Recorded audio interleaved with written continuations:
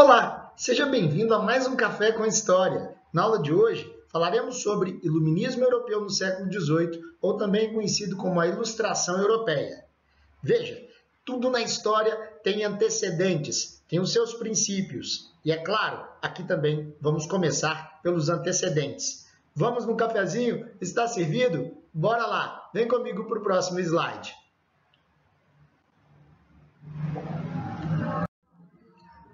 Muito bem, nesse slide vamos falar sobre os primeiros antecedentes do Iluminismo. Vamos lembrar que a Europa passava por um momento bastante interessante. O homem moderno passava a usar a razão dentro da explicação das coisas ou fenômenos da natureza. Não se esqueçam comigo que até aquele momento o homem estava muito dividido entre o poder teocêntrico da Igreja Católica e o racionalismo trazido pelo humanismo renascentista do século XIV até o século XVI. Passadas as guerras religiosas, esse mesmo homem moderno agora consegue encarar a razão novamente, aplicando-a de forma direta à natureza e ao universo. Nós teremos daqui a pouquinho alguns pensadores nos slides para frente, onde você verá comigo quem foram os homens que pensaram esta nova forma de agir sobre a natureza. Mas antes, vamos falar um pouquinho sobre o que eles trouxeram dentro de uma ideia geral ou resumão. Aí no seu slide eu falo com você que esse século, através da famosa Revolução Científica do final do século XVII, esse mesmo homem moderno passa a explicar racionalmente o universo. E quando eu digo universo, pense em cosmos, planetas, estrelas, buraco negro, entre outras questões. Esse mesmo homem passa agora a observar de forma mais precisa, usando seus telescópios, isso não tão modernos quanto aqueles que nós temos hoje, é verdade, mas já quebravam um galhão naquele período. Observavam, analisavam as suas observações. Além disso, criavam diversas hipóteses sobre aquilo que estavam vendo e depois experimentavam. Isso é simplesmente o máximo. Quero te dar uma ilustração disso. Vamos lá em minha caneca do Harry Potter. Essa caneca ela foi feita de um produto porcelana. Como se faz essa porcelana? Como se desenvolve? Essa seria a primeira hipótese, criada a partir de um questionamento que eu fiz. Vamos também, então, observá-la, vamos buscar analisar os componentes, vamos, então, criar hipóteses e depois experimentar. Entendem mais ou menos a lógica? Espero que tenha dado para entender, né? Na sequência, vocês têm aí dentro do slide a ideia da inauguração, então, do chamado método científico. Logo, logo, vocês verão quem é o pai desse método científico. É isso que eu acabei de falar agora, onde temos a observação, a análise, a criação de hipóteses e também finalizando com a experimentação. Tudo isso foi muito bem catalogado, dando origem, então, ao que chamamos de Revolução Científica, onde técnicas e ciência agora estão andando lado a lado. Para isso, temos uma novíssima forma de pensar, adotando uma determinada forma de tratar o objeto a ser estudado. Tá claro? Vamos dar sequência à linha de raciocínio, que eu tenho certeza que você vai compreender ainda melhor. Vamos para o próximo slide, onde vamos trabalhar com o pai deste método científico. Ele, o francês René Descartes. Isso, está escrito, professor, Descartes. Esquece, é francês, Descartes. Oui, oh, que coisa linda. Então, se você não fala francês assim como eu, não se preocupe, nós não temos prova oral. Vamos lá, vamos entender o que esse moço fez dentro da história. Belo dia ele acordou e falou assim, cara, passei a duvidar de tudo que existe nessa terra. 2 mais 2, será que são mesmo 4? Eu estou com uma certa dúvida. Opa, dentro desse método, ele passa então a criar uma metodologia mais racional, onde ele já não acreditava mais em tudo que diziam para ele, simplesmente pelo simples fato de que Deus disse que era assim. Ele passa a questionar tudo aquilo que estava à sua volta, principalmente a sua natureza. Nisso, nós passamos a ter, então, um método mais racional, baseado na dúvida. Foi assim que nós temos a dúvida metódica. Dúvida metódica. O que é isso? Dúvida metódica é aquela que a pessoa não duvida só por duvidar, mas ela duvida e constrói sobre essa dúvida, como vimos no slide anterior, um objeto de estudo, que passará a ser observado, analisado, criado hipóteses e experimentado. Olha que máximo! É ele o pai desta, então, metodologia nova. O nome que se dá para essa metodologia é metodologia dedutiva, ou também científica, ou chamado de discurso do método, ok? Não se esqueça, isso cai muito em prova.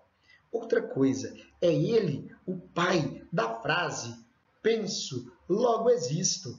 Vamos lembrar que para ele dizer essa frase tão clássica, que pode cair inclusive como enunciado de uma questão de prova, onde o seu professor pode te pedir para explicar, lembre-se, pensar significa questionar. Questionar significa a busca por obtenção de respostas. Ao buscar obter essas respostas através de uma metodologia, este homem percebe que compõe este universo do qual ele é um dos elementos. Logo, ele existe. Ele não é apenas uma obra por acaso de Deus. Deu para entender? Que ótimo! Então vamos dar sequência com mais um pensador que antecede o iluminismo. Olha lá. Neste slide, vamos falar sobre John Locke, britânico, um inglês que inova no seu pensamento político. Ele é chamado de o pai do liberalismo político. É Locke que vai dizer o seguinte: todo homem nasce com direitos fundamentais. Ele está aí estruturando, então, a base do que vamos chamar de individualismo.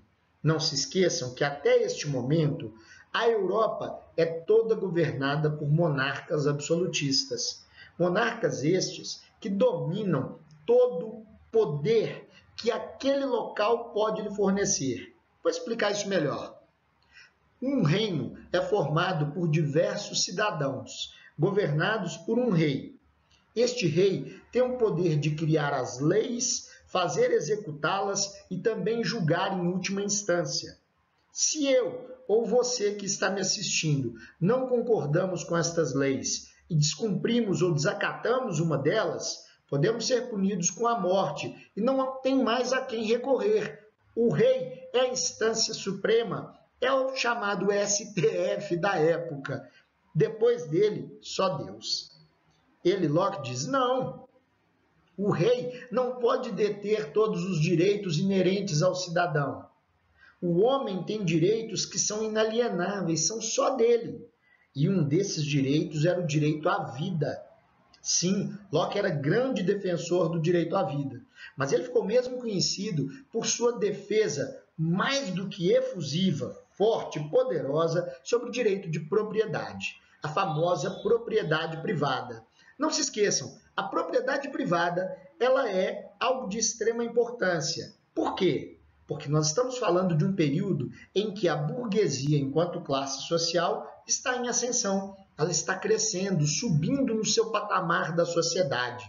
A burguesia tem dinheiro, ela banca o Estado, ela banca o rei. Então ela começa a perceber que ela pode e tem que ter direito a alguns privilégios. Um deles é o direito à terra. E para ter direito à terra, ela defende um novo princípio ou instituição chamada de propriedade privada, como comentei. A propriedade privada é aquela que dá ao indivíduo o direito de uso, gozo e disposição do bem. Poxa, professor, não estou entendendo nada disso, cara. Eu vou te explicar de forma mais prática. Vem comigo nessa ilustração. Estão vendo essa caneca? Pois bem, essa caneca do Harry Potter foi um empréstimo que a minha esposa me fez. Esta caneca é de propriedade dela. Ela pode emprestar, como ela fez para mim, ela pode dar para alguém, ela pode, se quiser, quebrar essa caneca, assim que eu acabar o vídeo, é claro. Mas ela fez com que essa propriedade tivesse sobre a minha pessoa a seguinte situação. Olha só, eu tenho agora a posse da caneca. Então, enquanto eu estou com a caneca, a propriedade continua sendo dela, mas a posse é minha. Percebe? Locke defendia, então, que todo homem tem um direito à propriedade privada e não propriedade pública, e não do Estado. Se o presidente da República vier aqui e disser assim: esta caneca me pertence porque eu sou o presidente da República, eu digo para ele: não, senhor. Esta caneca é da minha esposa. Não é o fato do senhor ser presidente que o senhor tem direito a ela. Assim, se levarmos para o período de John Locke, o rei não teria direito a tudo como tinha até então. Princípio esse muito top, né? Outra coisa que esse moço vai defender, que dentro da individualidade ou do individualismo do ser, todas as pessoas teriam o direito de escolher o seu governante, podendo, se assim quisesse, fazer rebelião contra aquele que o governava. Olha que massa! São chamados de governos tirânicos. Esses governos podem ser retirados a qualquer tempo pelos cidadãos que compõem aquele reino ou aquele espaço onde moram. Assim ele cria, então, uma democracia. Democracia diferente dos gregos antigos. Aqueles de Atenas, que também já vimos na nossa aula de Grécia Antiga. Essa democracia ela é feita através do voto. O cidadão ele pode votar e eleger quem ele quer para governá-lo. É bem diferente, não é? Do momento em que ele vivia, em que o rei governava por uma simples questão de tradição, de hereditariedade e vitaliciedade. Meu querido, não se esqueça, reis passavam seus tronos de pai para filho. E mais, ninguém escolhia quem seria o rei. Se nascesse um indivíduo que não tinha a menor vocação para governar, problema era o seu se vivesse naquele momento dentro daquele reino. É contra isso que John Locke vai bater de frente, dizendo: o cidadão com renda tem o direito de eleger o seu governante. Opa, eu falei uma palavra nova, você percebeu? Sim, cidadão com renda. Somente aqueles com renda poderiam eleger o seu governante. Então estava limitado às pessoas de posses, às pessoas poderosas. A maior parte das pessoas que moravam no reino, mais pobres, não poderiam eleger os seus governantes. Mas já era um avanço, não é mesmo? Outro pensador que também falou alguma coisa nesse período, você verá comigo no próximo slide. Vamos lá? Ele, o poderoso Isaac Newton. Esse cara é o fera dos feras. É o fera neném. Esse cara tem a manha total, safo, sabe tudo. Você que é estudante, já estudou as famosas leis de Newton dentro da física, não é mesmo? Aquela que você fica todo enroscado na hora de fazer prova. Culpa dele.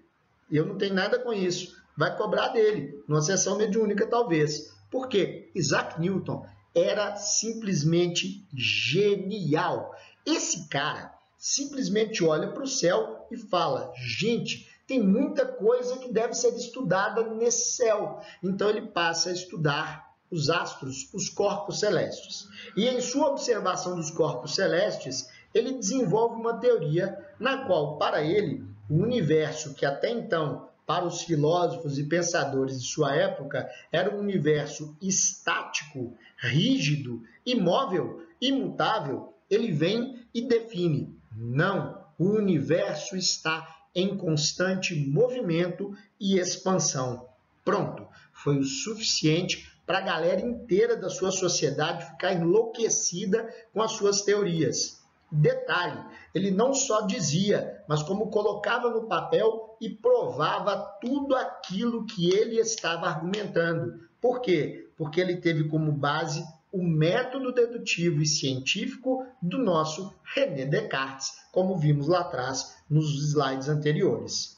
Pois bem, esse pensador vai buscar então transformar as suas bases e trazer uma nova forma de pensar a humanidade.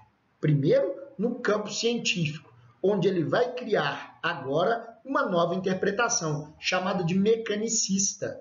Nesta interpretação mecanicista, para ele, o universo, sim, está em constante movimento e todos os fenômenos da natureza podem ser e são regidos por leis naturais, leis da física, leis como a da gravitação universal. Não se esqueça disso. Veja, esse homem é o criador, então, da chamada física moderna. Parabéns para ele, beleza? E olha, se você, que é um cara inteligente, é uma menina inteligente, está pensando junto comigo, olha o que veio ao meu pensamento. Se ele, Isaac Newton, percebe que o cosmos está em franco processo de expansão, por que na Terra as coisas teriam que ser rígidas e imutáveis? Não é de se pensar? Por essa razão, ele vai criar então as bases de uma nova concepção de pensamento, tanto político quanto social. A sociedade vai perceber que se o universo está em movimento, ela também precisa e pode se movimentar. Daí nós teremos a origem dos pensamentos iluministas. Show, não é? Vamos para eles? Agora vamos entrar ainda, claro, em antecedentes, mas antecedentes mais próximos daquilo que será o iluminismo. Vem comigo, me acompanhe e tome mais um golinho de café. Eita coisa boa! Bora lá! Nesse slide, vamos falar então um pouco da construção desse novo paradigma, dessa nova estrutura, desse novo alicerce. Paradigma é isso, é aquilo que cria bases, é aquilo que dá estruturas, ok? Se temos um novo, vamos ver então como que se pensava antes, para entender um pouco melhor. Eu separei aqui nesse slide para você, à esquerda, uma concepção aristotélica. Aristóteles, aquele grego antigo, sim, até agora, século XVII, início do XVIII, pensava-se como ele. Como ele pensava, Warley? Assim, ó, o mundo é compreendido pela lógica da imobilidade, das questões estáticas. Tá? Tudo isso baseado na escolástica, fé mais razão. Lá atrás, nós vimos isso na aula sobre Idade Média, onde falamos de Tomás de Aquino. Ele é quem é o defensor da escolástica. Além disso, ele vai trabalhar com uma ideia de uma ciência livresca, subordinada ao princípio da autoridade. Como assim? Manda quem pode, obedece quem tem juízo. Agora, com Newton, as coisas vão se modificar. Não temos mais o estagnado, não temos mais o estático, não temos mais a igreja mandando em tudo, apesar dela existir como instituição importante. Para Newton, a natureza passa a ser objeto do conhecimento da ação humana e não mais apenas as questões divinas, bem como a razão. Busca compreensão sobre a verdade. Isso, o que é verdade? Aquilo que pode ser provado. A partir do que pode ser observado, experimentado, demonstrado e explicado por leis naturais. Não dá mais para comprar gato por lebre. Ele inaugura uma nova etapa da humanidade. Esse homem é muito bom. Vai por mim. Vamos para o próximo slide. No próximo slide, nós temos ainda a ideia dos antecedentes com a concepção de um mundo imóvel suplantada pela concepção de que o universo está em movimento. Percebeu aí no slide? Esse universo que está em constante movimento, ele vai, óbvio, contrariar os princípios baseados na tradição. Eu gosto muito dessa palavra, tradição. Vamos lá. Uma tradição muito comum que a gente vai perceber hoje são as pessoas que são católicas. Veja, eu não disse cristãs, disse católicas, porque cristãos são os católicos, são os protestantes, também chamados de evangélicos, são os espíritas, todos aqueles que acreditam no Cristo. Mas os católicos especificamente, quando passam em frente a uma igreja, o que geralmente o católico faz? O sinal da cruz, não é verdade? Isso é uma tradição. Se eu perguntasse aqui agora para você, o que significa o sinal da cruz? Por que as pessoas fazem o sinal da cruz quando passam diante da igreja? Você saberia me dizer de onde veio isso e por que existe até hoje?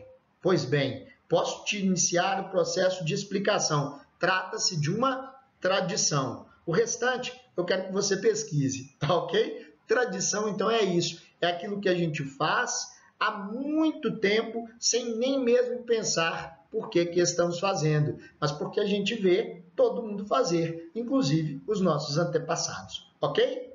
Pode ser bom ou pode ser ruim, vai depender então do questionamento, das respostas que você fizer sobre a tradição. Foi isso que ele fez, foi isso que Newton e todos os outros pensadores fizeram.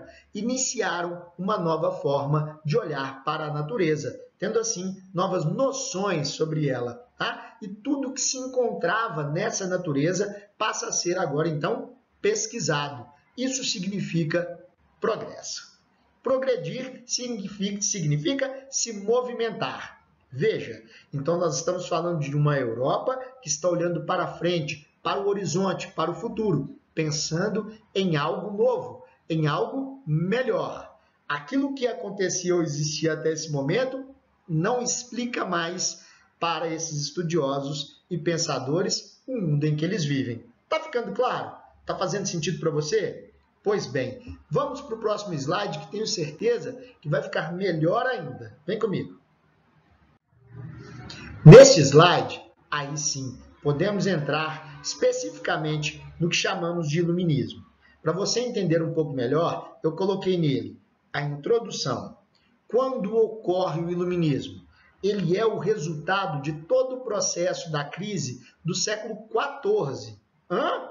Você não falou que era século XVIII, professor? Sim, mas vamos lembrar que lá atrás, no século XIV, nós temos o renascimento cultural. Desde aquele momento, o homem começa a pensar no processo racional e a vislumbrar algo diferente daquilo que ele estava acostumado, rígido e restrito.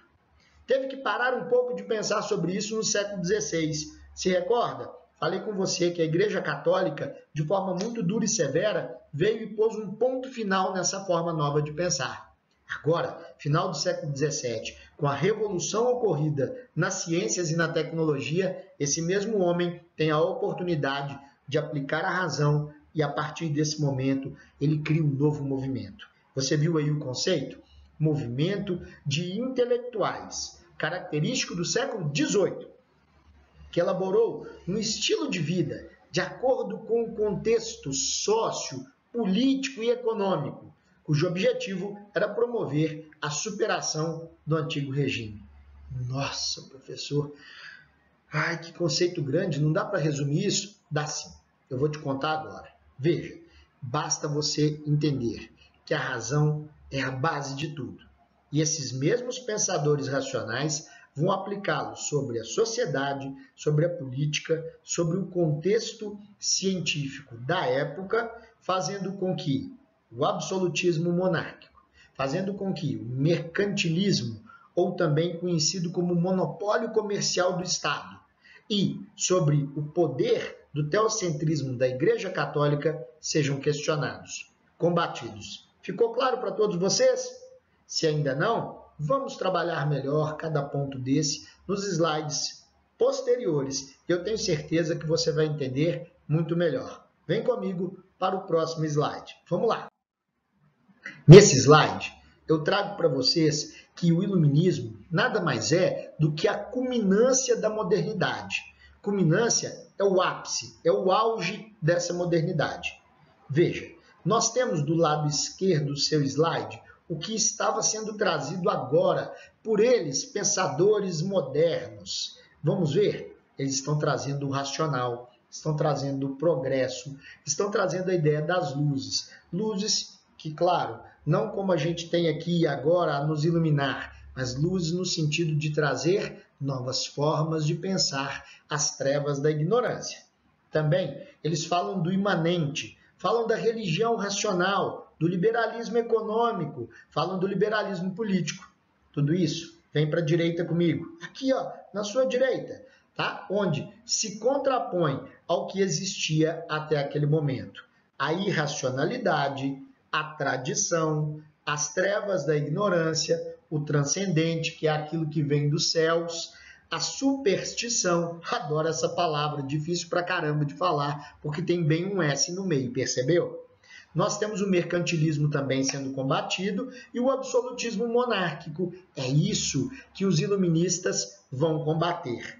Por essa razão, temos a frase aí embaixo, a luta da razão contra a tradição cultural medieval. Olha que coisa top, simplesmente top demais. Como que isso aconteceu? Claro, temos algumas pessoas que vão pensar esse processo. Temos países que vão pensar esse processo. Então, separei nesse slide para vocês algumas peculiaridades do iluminismo. Primeiro, os países que eu vou chamar de irradiadores, de onde saíram as ideias, de onde saíram os pensamentos. Os principais países, França, Inglaterra e Itália, ok?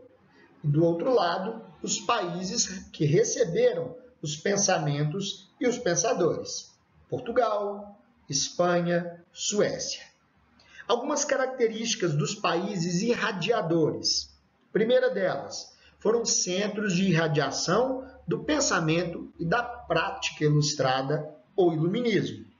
Foram também países onde a razão e a ideia do cosmopolita, ou seja, de grandiosidade, de expansão, de crescimento, fizeram ali sua morada. Progresso, técnica e ciência investiram pesado. Exemplo clássico, Inglaterra e Revolução Industrial. Investiram forte em máquinas, investiram forte em tecnologia, investiram pesado em ciência, ok? E mais, religião racional. Deus continua existindo, mas não é a única explicação para tudo. A ciência vai andar agora do lado divino.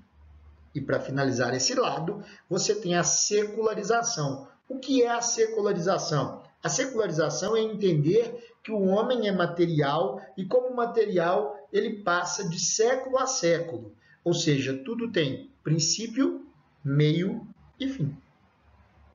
Os países receptores são países que têm características exatamente inversas a essas que eu acabei de te trazer. Vamos ver algumas como estão aí no slide.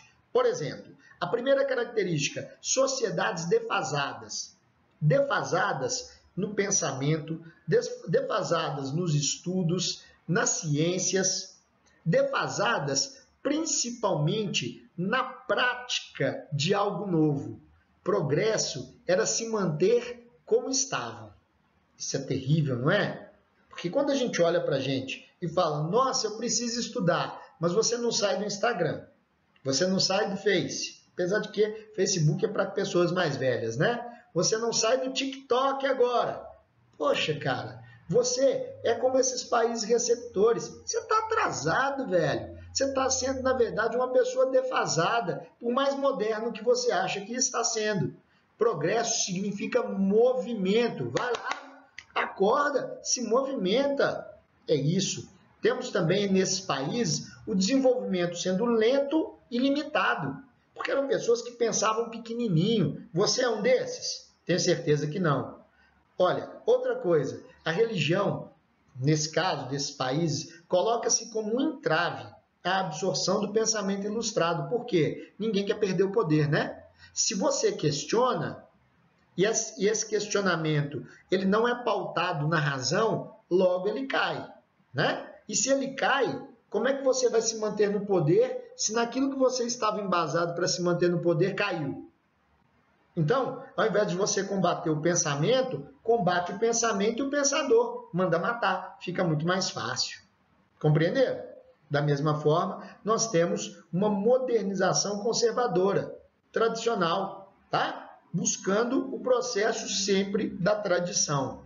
Ou seja, ninguém queria progredir. Por isso que eles são apenas os receptores, porque eles vão usar do pensamento iluminista para favorecerem os reis absolutistas. Vocês verão comigo daqui a pouquinho sobre isso. Vamos passar para o próximo slide? E, enquanto isso, tomo mais um golinho de café.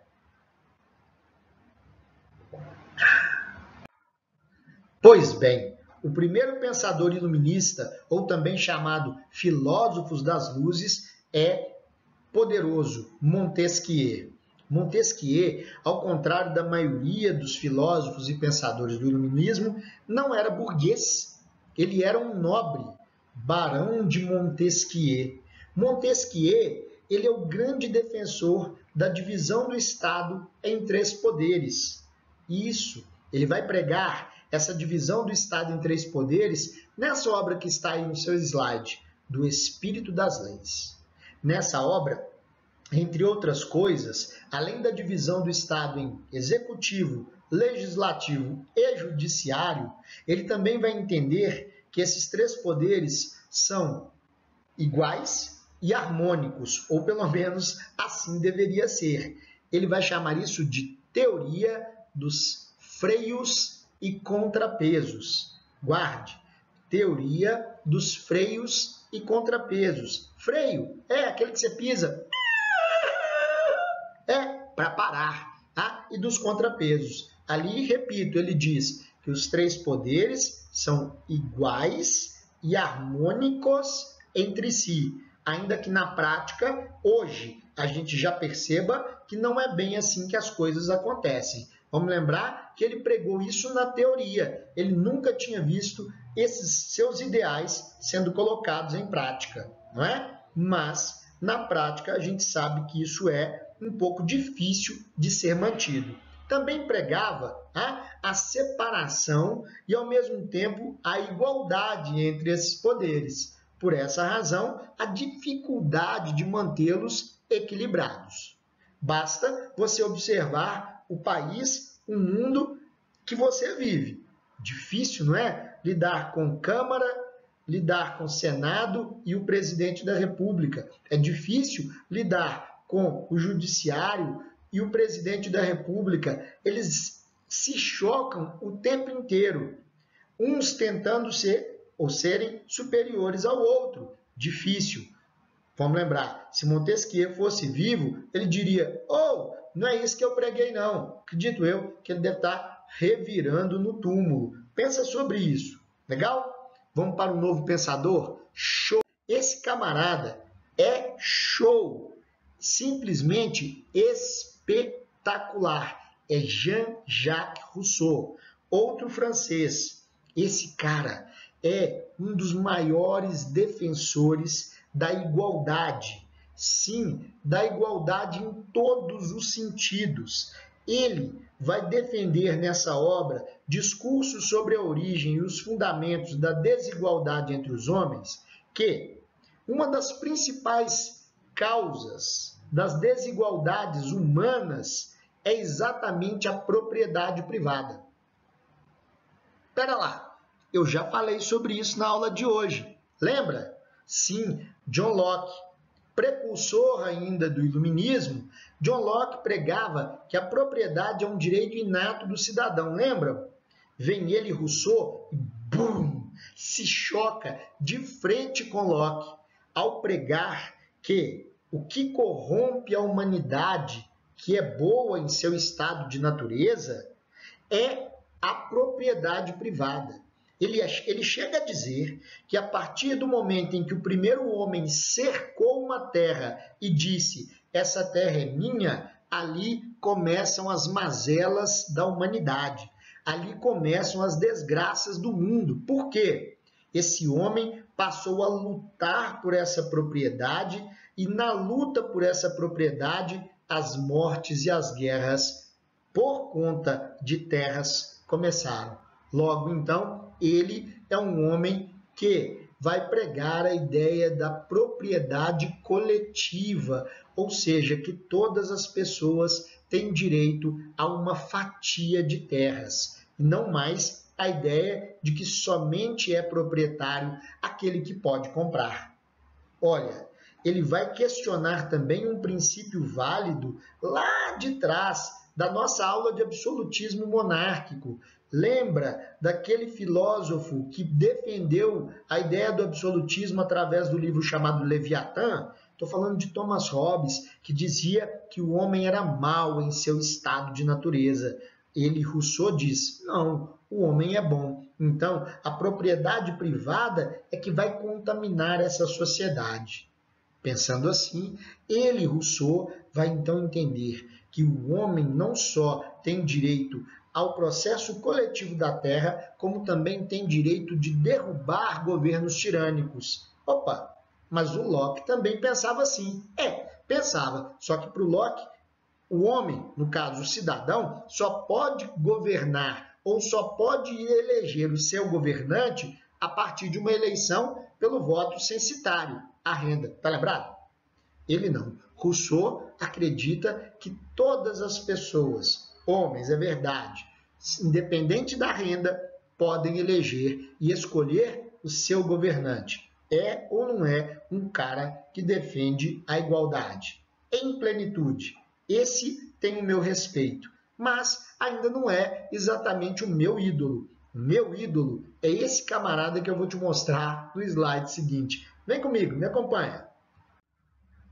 Ele, Voltaire. Voltaire, esse sim é o cara. Dá uma olhadinha nele. Voltaire, para mim, é o cara porque ele bate de frente e se choca com o teocentrismo da Igreja Católica, principalmente discutindo com os escritos da Igreja Católica que, para ele, não faziam qualquer sentido ou relação com a racionalidade. Veja, não estou dizendo aqui que gosto dele porque ele era um crítico da igreja enquanto instituição, mas sim ele criticava a fé irracional defendida pela instituição naquela época. Segundo ele, era preciso colocar a razão em tudo. Então ele questionava, entre outras coisas, o absolutismo, tanto da igreja quanto do rei. Ele entendia que o homem também era livre enquanto indivíduo. Ele era um dos precursores dessa ideia junto com a figura do Locke. Vamos lembrar que ele vai se inspirar em Locke para defender a ideia e o direito à individualidade do homem, aos direitos inerentes a esse homem. Gosto demais dessa ideia. Vamos lembrar que no pensamento dele, ele vai exercer fortíssima influência na época para várias outras nações europeias. Entre elas, ele vai exercer influência sobre pensamentos de grandes personalidades da França, grandes personalidades das 13 colônias norte-americanas. Esse cara era o cara. Alguns dos países que vão buscar o pensamento de Voltaire são países, como vocês viram comigo nos slides anteriores, países receptores. Lembram? Portugal é um caso clássico. Vocês estão lembrados de um moço em aula de História do Brasil chamado Marquês de Pombal? Pois então, em 1750, Marquês de Pombal assume o governo ao lado do rei Dom José I. Isso. Ele, Marquês de Pombal, não foi rei, mas era ministro de Dom José I. Ele adota várias ideias de Voltaire, várias ideias iluministas, e a principal delas foi se chocar contra a Igreja Católica em Portugal, expulsando os jesuítas, tanto de Lisboa, tanto de Portugal enquanto metrópole, como também de todas as suas colônias, incluindo aí o Brasil. Lembra dessa parte da história? Se não se lembra, também teremos uma aula específica sobre Brasil colônia. Olha que legal! E aí você vai se lembrar quando eu falar sobre Marquês de Pombal e vai associá-lo a Voltaire e vai associá-lo às ideias iluministas. Uma outra forma também de pensar o iluminismo era dar poder aos reis absolutistas que se chamavam de déspotas. Não entendi, Arlen, não estou entendendo, professor. Voltaire não é contra o absolutismo? Sim, mas Pombal, por exemplo, não. Ele era a favor de aumentar o poder de Dom José I. Por isso ele tira o poder dos jesuítas e o entrega ao rei através de um Estado cada vez mais forte. Viram como houve a deturpação do pensamento iluminista de Voltaire?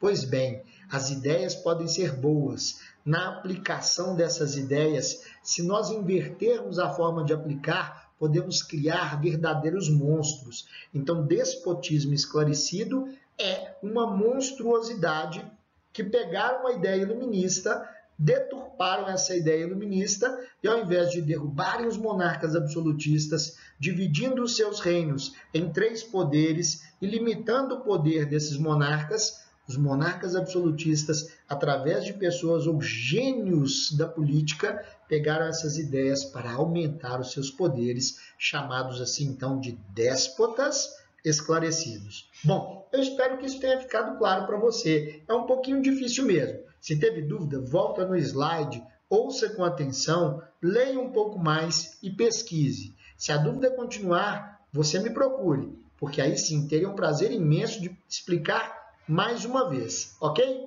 Vamos para o próximo slide. Nesse slide, nós vamos ver os famosos enciclopedistas. Quem são os enciclopedistas? Esses caras são muito famosos. Diderot e seu ajudante, D'Alembert.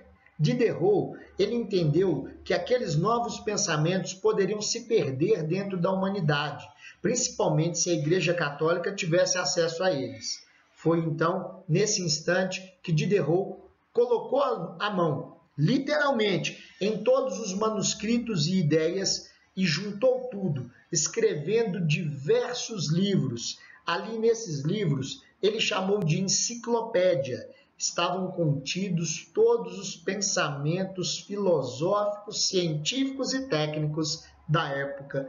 Cara, que máximo! Bom, as enciclopédias existiram até pouco tempo atrás. Eu sou da época em que a enciclopédia fazia parte da vida do cidadão brasileiro. A Barça ou a Delta Larousse. Vocês não, são modernosos. O Google está aí para te ajudar, não é mesmo? Pois bem, vou ler aqui só uma frase rápida de Voltaire. Uma coletânea de pensamento é uma farmácia moral onde se encontram remédios para todos os males. Ele estava falando justamente da enciclopédia. Legal? Pois bem, vamos para o próximo slide. Dentro do próximo slide, vamos falar um pouco sobre os pensadores do lado econômico. Entre eles está François Quesnay. Professor, Quesnay. Não, é francês, não se esquece disso. Quesnay. Oui, François Quesnay é também conhecido como um fisiocrata.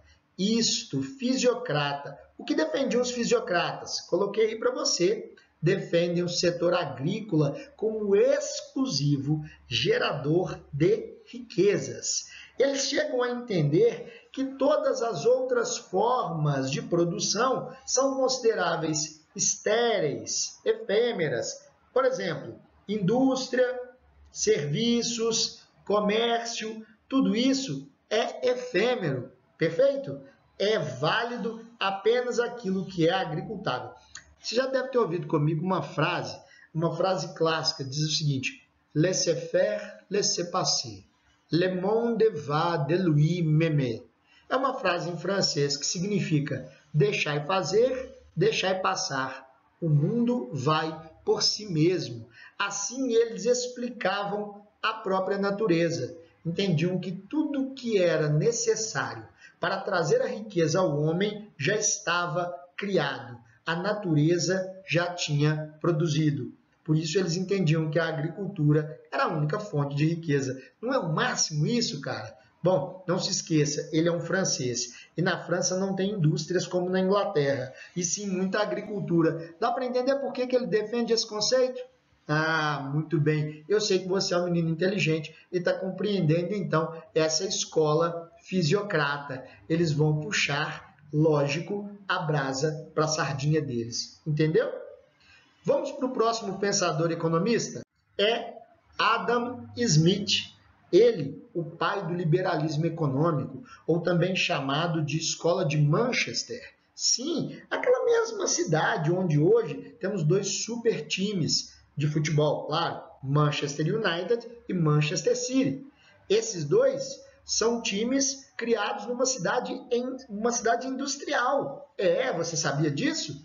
Sim, esse moço, ele cria lá na cidade de Manchester uma nova ideia, olha que massa, e que vai perdurar durante muitas e muitas décadas. Você vai ver isso comigo em outras aulas, principalmente no imperialismo. O liberalismo econômico utiliza-se da frase laissez-faire para dar embasamento às suas ideias. A principal característica, ele entende que a riqueza ela é construída pelo trabalho. Sim, não mais como os fisiocratas franceses pensando. Olha, lá atrás, você viu comigo na aula no slide anterior, o fisiocrata François Quesnel dizer que a principal fonte de riqueza é o trabalho? Não, é a agricultura. Adam Smith diz, não. Principal fonte de riqueza é o trabalho. Entendem? Estado, para de fazer intervenção na economia, cara. Deixa que o indivíduo que tem dinheiro aplique os recursos aonde ele bem entender. Isso faz com que algumas características específicas dessa escola sejam defendidas até a crise de 1929 nos Estados Unidos, com a quebra da Bolsa de Nova York. Olha que doido! Olha o primeiro princípio. Ele diz o seguinte, a existência de leis naturais que regulam o mercado. A lei da oferta e da procura. Cara, isso é muito massa. Adoro essa lei da oferta e da procura. Vamos lá, eu quero comprar um iPhone novaço, esse último, a geração mais nova do iPhone. Beleza? Ótimo, não tenho grana para isso. Por quê? Porque é um objeto que a oferta dele ela é razoável, tá? Mas ela é menor do que realmente a gente gostaria. Se a oferta é menor e a demanda é muito grande, como é que vai ficar o preço do iPhone? Lá para a estratosfera.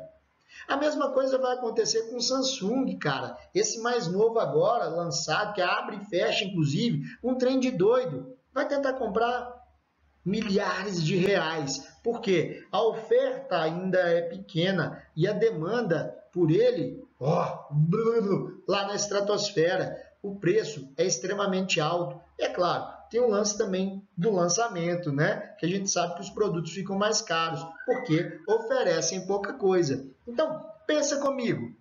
Cara, essa lei de oferta e procura, então, ela é muito massa se ela fosse aplicada, hein? Sim, claro. As pessoas que são burgueses e produzem, eles vão controlar o mercado de acordo com a sua situação. Se tem muita oferta, o preço vai baixar. Se tem pouca oferta, o preço vai aumentar. Se tem pouca demanda, abaixa o preço, as pessoas compram. Se a demanda é grande, aumenta o preço. Estão sacando? Além disso, ele também fala sobre a livre concorrência e o livre cambismo. Cara, isso é muito legal. Livre concorrência é o que permite, por exemplo, que uma escola se estabeleça ao lado da outra. Aquela que tiver melhor estrutura, melhores professores, melhor material, poxa, vai ganhar daquela outra que está ali do lado. Entendeu a lógica? O livre-cambismo é a moeda flutuante, cara. É quando você vai trabalhar com o real e o dólar com paridades diferentes. Isso é livre-cambismo. Vamos lembrar que nada disso existia. O Estado controlava tudo dentro do mercantilismo. E mais, você tem também a defesa da propriedade privada, como eu comentei com vocês. Vamos lembrar ele em inglês, assim como Locke.